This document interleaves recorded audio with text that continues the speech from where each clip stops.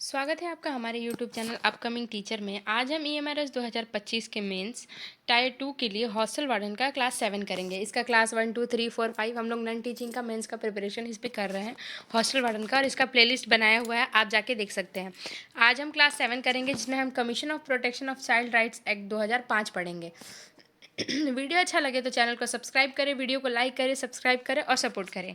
चलिए वीडियो को शुरू करते हैं। ये सारे पढ़े हैं हम, आज 7th टॉपिक पढ़ेंगे। ये सारे टॉपिक्स हम कवर कर चुके हैं, इसमें टोटल 12 टॉपिक हैं। मैं आंसर राइटिंग के लिए यहाँ पे कुछ पॉइंट्स मैंने हर वीडियो में बताया, इस वीडियो में फिर से बताती हूँ। हाउ टू राइट, पहले आप इंट्रोडक्शन लिखेंगे 4-5 लाइन में, फिर पैराग्राफ लिखेंगे 1 2 3 4 5, और फिर सब में 4-5 लाइन लिखेंगे। सब में लिखेंगे इसके बारे में, क्यों हुआ, कब हुआ, कैसे हुआ, कमी है तो कैसे सुधारा जा सकता है, कमी नहीं है तो और कैसे ग्रो किया जा सकता है, और लास्ट में कंक्लूजन लिखेंगे जिसको निष्कर्ष लिख सकते हैं। और याद रखिए कंक्लूजन हमेशा क्या होता है, पॉजिटिव आता है। आगे बढ़ते हैं। बाल अधिकारों के संरक्षण हेतु आयोग अधिनियम 2005, जिसको हम बोलते हैं the commission of protection of child rights act 2005। बच्चों के अधिकारों की रक्षा किसी भी लोकतांत्रिक समाज की प्राथमिक जिम्मेदारी होती है। देखिए, बच्चों के अधिकारों की रक्षा क्या होती है, किसी भी लोकतांत्रिक समाज की प्राथमिक यानी कि पहली जिम्मेदारी होती है। भारत में बच्चों के प्रति होने वाले शोषण, उपेक्षा और अधिकारों का उल्लंघन को रोकने के लिए एक सशक्त निगरानी एवं संरक्षण तंत्र की आवश्यकता है। इसी उद्देश्य से भारत सरकार ने वर्ष 2005 में बाल अधिकारों के संरक्षण हेतु आयोग अधिनियम लागू किया। देखिए, बच्चों के साथ जो है बहुत तरह का शोषण होता है, उपेक्षा होता है, उनका उल्लंघन होता है, तो इसीलिए भारत सरकार ने 2005 में इसकी निगरानी के लिए, अधिकारी संरक्षण के लिए आयोग अधिनियम लागू किया। यह कानून बच्चों के अधिकारों की रक्षा के लिए बनाया गया और इसका मुख्य उद्देश्य यह था, सुनिश्चित करना था कि बच्चे के साथ कोई भेदभाव, उत्पीड़न या उनके अधिकारों का उल्लंघन ना हो।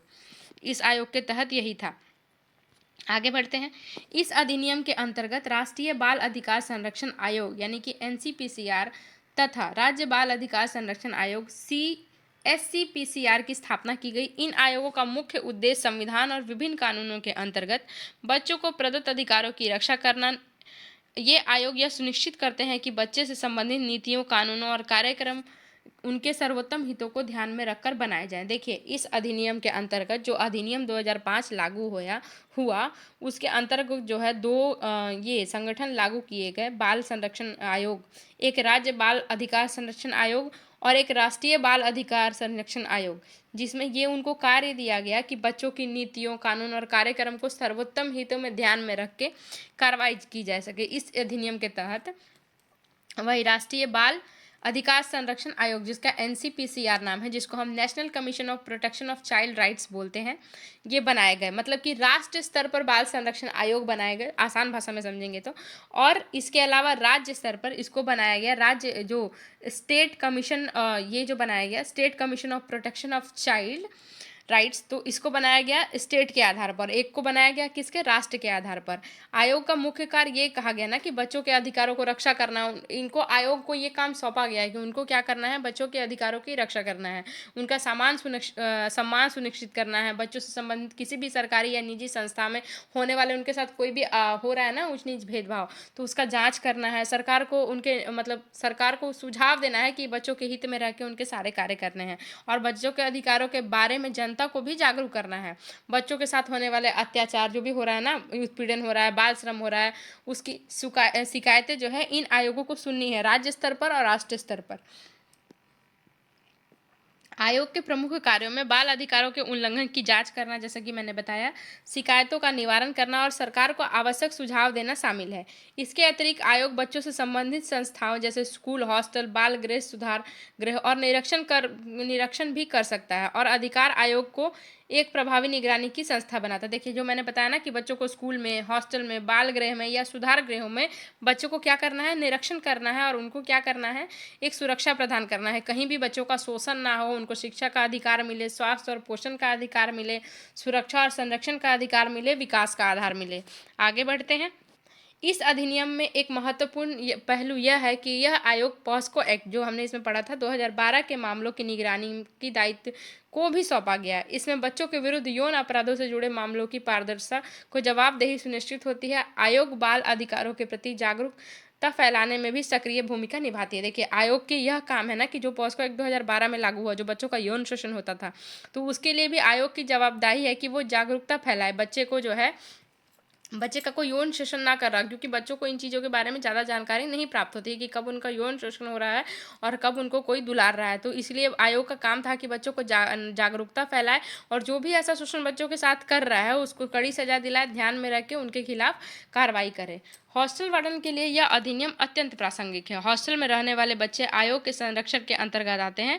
यदि किसी बच्चे के अधिकारों का उल्लंघन होता है, जैसे कि शारीरिक दंड, मानसिक उत्पीड़न, यौन शोषण या शिक्षा से वंचित करना, तो इसकी शिकायत आयोग तक की जा सकती है। वार्डन का दायित्व है कि वह बच्चों के अधिकारों का सम्मान करे और आयोग द्वारा निर्धारित दिशा निर्देशों का पालन करे। देखिए, हॉस्टल वार्डन के संदर्भ में, हॉस्टल में आपके पास बहुत सारे बच्चे रह रहे हैं, तो आपका ये काम है कि आप ध्यान दें कि किसी भी बच्चे को शारीरिक दंड ना मिल रहा हो, उनका मानसिक उत्पीड़न ना हो रहा हो, उनका यौन शोषण ना हो रहा हो, और ऐसा हो रहा है तो आप इसकी सूचना आयोग को दें। आपका दायित्व है बच्चों के अधिकारों का सम्मान करें और आयोग, अपने सीनियर अधिकारी, पुलिस, किसी भी इसकी सूचना जरूर दे और इसके खिलाफ तुरंत एक्शन ले।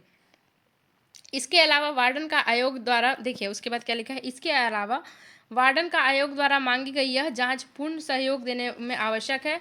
आयोग के निर्देशों की अवहेलना करना कानूनी कार्रवाई को आमंत्रित करना हो सकता है, इसलिए हॉस्टल में प्रशासन की पारदर्शिता और संवेदनशीलता बनाए रखना ही अनिवार्य है। हॉस्टल वार्डन के रूप में तो आपको बिल्कुल ही पारदर्शिता रखना है। किसी भी बच्चे को शिक्षा का अधिकार मिल रहा है, उनको स्वस्थ और पोषण भोजन मिल रहा है, उनके साथ कोई यौन शोषण नहीं हो रहा है, इस सब की जानकारी आपको रखना है और जो भी उल्लंघन कर रहा है उसका जांच करना है, सरकार को उसको रिपोर्ट देना है और ज़रूरत पड़ने पर कानूनी कार्रवाई भी करना है। तो देखिए, लास्ट में इसका निष्कर्ष आता है कि बाल अधिकारों के संरक्षण हेतु आयोग अधिनियम 2005 में अधिकारों की रक्षा को मजबूत संस्थागत ढांचा प्रदान करता है। यह अधिनियम सुनिश्चित करता है कि बच्चों की आवाज़ सुनी जाए और उनके अधिकारों का उल्लंघन होने पर त्वरित कार्रवाई हो। हॉस्टल वार्डन जैसे पदों पर कार्यरत व्यक्तियों के लिए इस कानून की जानकारी का पालन करना अत्यंत आवश्यक है। देखिए, अगर आप हॉस्टल वार्डन में हैं तो आपको इस कानून की जानकारी होना चाहिए और उसके लिए आपको तुरंत एक्शन लेना चाहिए, क्योंकि बच्चे जो है क्या होते हैं, बच्चे बिल्कुल छोटे होते हैं, उनको किसी भी चीज़ की समझ नहीं होती। बच्चों का शोषण बहुत ज़्यादा और बहुत जल्दी हो जाता है। इसीलिए हॉस्टल वार्डन का काम है कि वह जांच करे कि किसी भी बच्चों के साथ भेदभाव नहीं हो रहा है, उनको समान अधिकार मिल रहा है, उनका यौन शोषण नहीं हो रहा है, और अगर ऐसा कुछ भी हो रहा है तो उनको जानकारी दे, उनको जागरूक करे और उसके अलावा अपने कार्रवाई करे, कानून को जानकारी दे। और जो भी व्यक्ति इस पद पे कार्यरत हैं, जो भी आयोग हमारे सरकार द्वारा बनाए गए हैं, इसके बारे में उनको जानकारी दी जाए ताकि इस पे वो कड़े से कड़े एक्शन ले सकें। तो ये रहा हमारा आज का वीडियो। अगर आपको इन सारे टॉपिक्स के PDF चाहिए तो आप हमें कमेंट करें, आपको मिल जाएगा सारे PDF। और अगर आपको वीडियो अच्छा लगे तो लाइक करें, सपोर्ट करें, शेयर करें और चैनल को सब्सक्राइब ज़रूर करें। ऐसे ही हम सारे टॉपिक्स इस चैनल पर कवर करवाते रहेंगे। मिलते हैं नेक्स्ट वीडियो में, तब तक के लिए धन्यवाद।